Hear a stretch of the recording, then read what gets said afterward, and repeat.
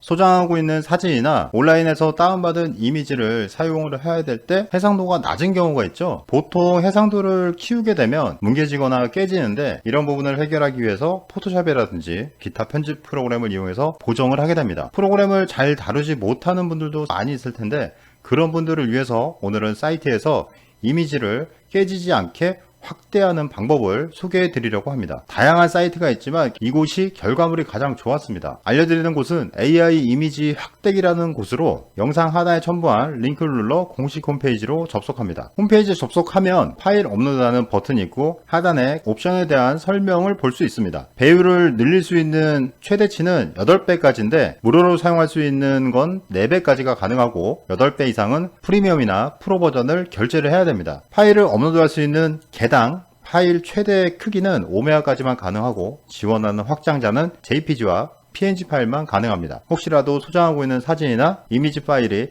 TIFF라든지 기타 다른 확장자라면 JPG와 PNG 확장자로 변환한 다음에 업로드를 해서 사용하시면 됩니다. 해당 사이트를 이용하기 위해서는 그냥 파일을 업로드해서 변환하면 좋겠지만 로그인을 해야 됩니다. 우측 상단에 있는 로그인 메뉴를 누른 다음에 하단에 있는 계정 생성 메뉴를 누릅니다. 무료 버전으로 사용할 수 있는 옵션과 프리미엄과 프로 버전으로 사용할 수 있는 옵션을 볼 수 있습니다. 무료는 프리 버전으로 하단에 있는 선택을 누른 다음에 스크롤 내려서 계정을 만듭니다. 계정을 생성하는 건 복잡한 과정이 아니고 본인이 사용하고 있는 이메일 주소를 입력하고 로그인할 때 사용하는 패스워드를 입력하면 됩니다. 이메일 주소 같은 경우는 본인이 사용하고 있는 이메일 주소를 바르게 입력을 해야 되는데 계정 생성을 눌렀을 때 확인 링크를 메일로 보내줍니다. 그 링크를 누른 다음에 로그인을 하면 정상적으로 사용할 수 있게 되는 거죠. 무료로 사용할 수 있는 옵션 중에서 변환할 수 있는 이미지 개수가 계정 생성 페이지에는 보이게 됩니다. 바로 19개까지만 가능한데 이 부분을 해결하기 위해서는 사이트가 아닌 스마트폰에 앱을 설치하면 무제한으로 계속해서 사용할 수 있습니다. 간단하게 사이트에 대한 설명은 이 정도로 끝내고 이제 사용하는 방법을 알려드리도록 하겠습니다. 홈페이지 초기 화면에 있는 파일 선택 버튼을 누른 다음에 사진이나 이미지 파일을 불러옵니다. 제가 예시로 300에 300짜리 아주 작은 사이즈의 이미지를 불러왔습니다. 파일을 이렇게 업로드한 다음에 별도로 뭐 설정을 건들 필요는 없고 2배나 4배를 선택하면 됩니다. 앞서 말씀드린 것처럼 8배는 유료 버전입니다. 4배를 선택한 다음에 스타트를 누르면 업로딩과 동시에 변환하는 과정이 진행이 됩니다. 변환이 끝나면 다운로드를 누릅니다. 그러면 이렇게 본인이 업로드했던 파일이 4배로 확대된 모습을 새 탭으로 해서 보여주게 됩니다. 저장은 마우스 클릭을 한 다음에 이미지를 다른 이름으로 저장을 눌러서 다운로드 받으면 됩니다. 자, 그러면 어떻게 바뀌었는지 보여드리겠습니다.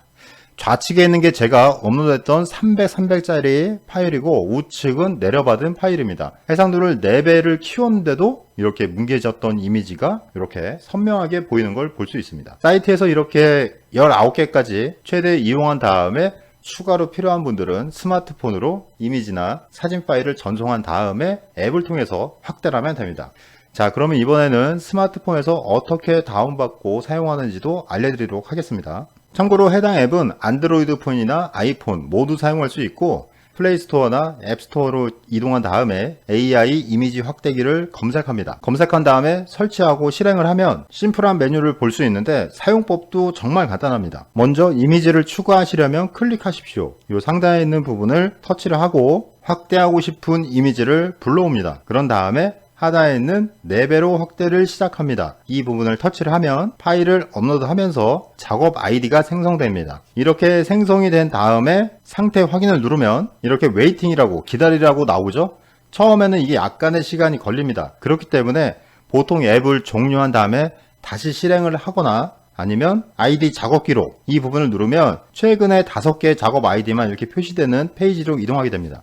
계속해서 누적이 되지 않고 5개까지만 보여주기 때문에 이전에 작업해서 확대한 이미지는 별도로 다운을 받아놓는 게 좋겠죠. 본인이 업로드했던 사진, 날짜와 시간까지 보여주는데 제일 상단에 있는 앞서 테스트로 사용했던 이미지를 석세스를 눌러서 미리 보기를 누르면 이렇게 확대된 이미지를 볼 수 있습니다. 확대해서 보면 선명도가 확 살아났죠. 사이트는 로그인을 해야 되는 불편함이 있지만 앱 같은 경우에는 별도로 로그인하는 과정이 없습니다. 필요했던 분들은 유용하게 사용하시고 영상을 보고 도움이 됐다면 구독과 좋아요 버튼 부탁드립니다.